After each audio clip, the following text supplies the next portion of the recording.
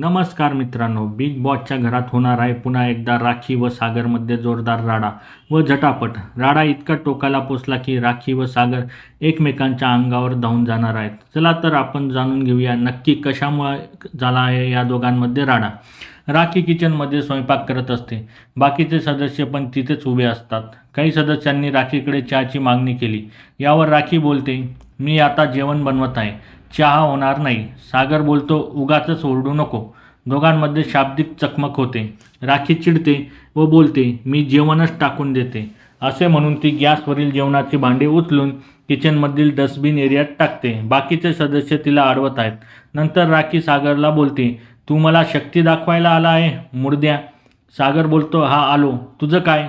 सागर राखीकडे बोट दाखवतो.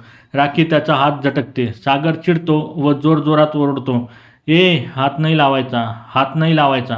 राखी पण त्याच्यावर जोरात ओरडते व त्याच्या अंगावर येण्याचा प्रयत्न करते. बाकीचे सदस्य तिला पकडून अडवत आहेत. संस्कृती पण सागरला थांबवण्याचा प्रयत्न करते, पण सागर तिचा हात झटकून जोरजोरात राखीला हाट हाट असं बोलतोय. आता हा वाद कोणत्या टोकाला जाणार हे आजच्या भागात समजेलच.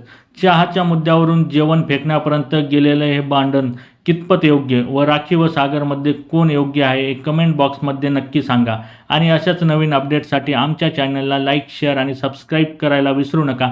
तोपर्यंत धन्यवाद मित्रांनो.